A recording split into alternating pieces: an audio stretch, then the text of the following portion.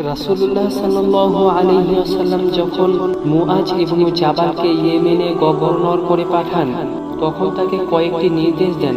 তার একটি ছিল, সাবধান থাকবে মাজলুম বা অত্যাচারিত ব্যক্তির দুআ হতে। জেনে রেখো, তার দুআ ও মহান আল্লাহর মাঝে কোনো অন্তরায় নেই। মাজলুমের বদদুয়া থেকে নিজেকে বাঁচাতে হবে সর্বদা। এর অর্থ এটা নয় যে মাজলুমকে দুআ করতে দেওয়া যাবে না, বরং রাসূল সাল্লাল্লাহু আলাইহি ওয়াসাল্লাম এর বাণীর উদ্দেশ্য হলো কখনো কাউকে সামান্যতম অত্যাচার করা যাবে না। নিজের কাজ কর্ম কথা দ্বারা কেউ যেন ক্ষতিগ্রস্ত না হয়, এটার প্রতি সতর্ক থাকা হলো রাসূলুল্লাহ সাল্লাল্লাহু আলাইহি ওয়াসাল্লাম এর হাদিসের উদ্দেশ্য।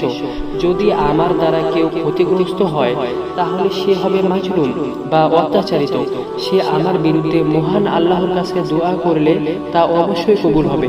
এটা ভয় করে চলতে পারলে এই হাদিস সার্থক হবে আমাদের জন্য। সহিহ বুখারী হাদিস নাম্বার 2448।